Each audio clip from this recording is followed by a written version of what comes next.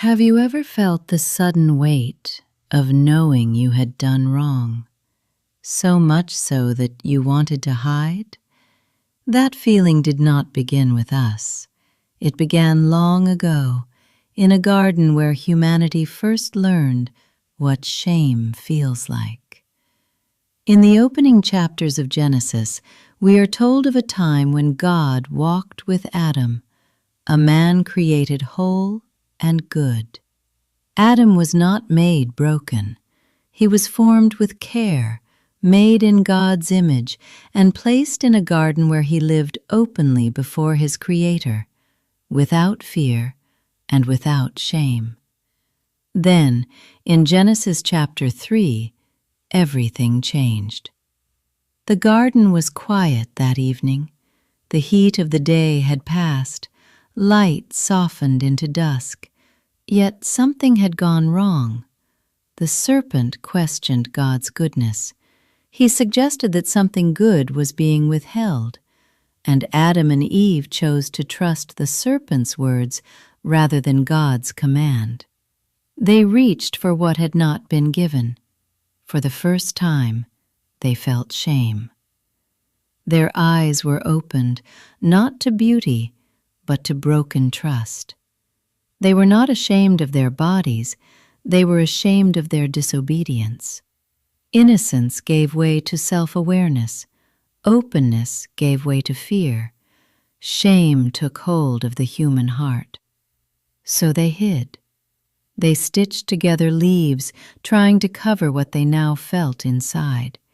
They stepped back among the trees, hoping the garden would shield them from the God they had chosen not to trust. The place where Adam once walked freely with God now felt heavy with fear. And then God came walking in the garden. He did not come unaware. He knew what had happened.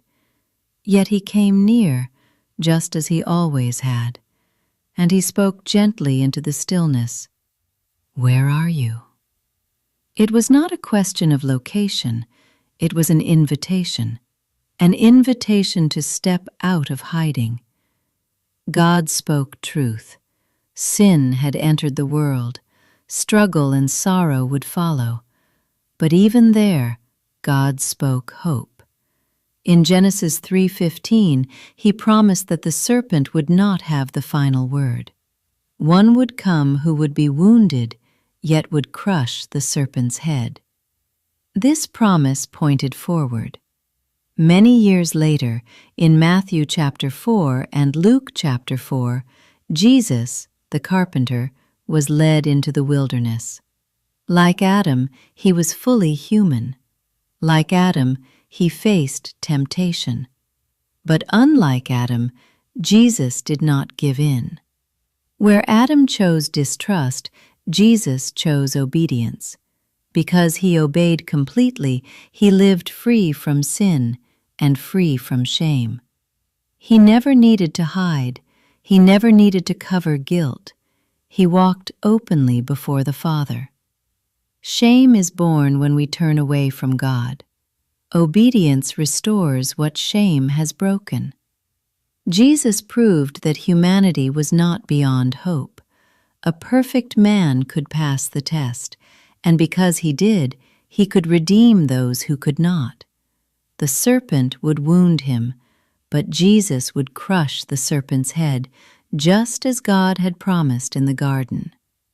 Long before Bethlehem, God had already spoken of rescue. The story that began with hiding was always moving toward restoration. And the God who walked with Adam in the cool of the day is the same God who walked among us in Jesus, still calling people out of hiding, still restoring what has been broken. This story comes from Genesis chapter 3. The promise it points to is fulfilled in Jesus, whose temptation is told in Matthew and Luke chapter 4.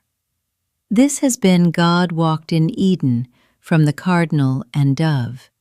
If this story was meaningful to you, please like and subscribe. We're glad you're here.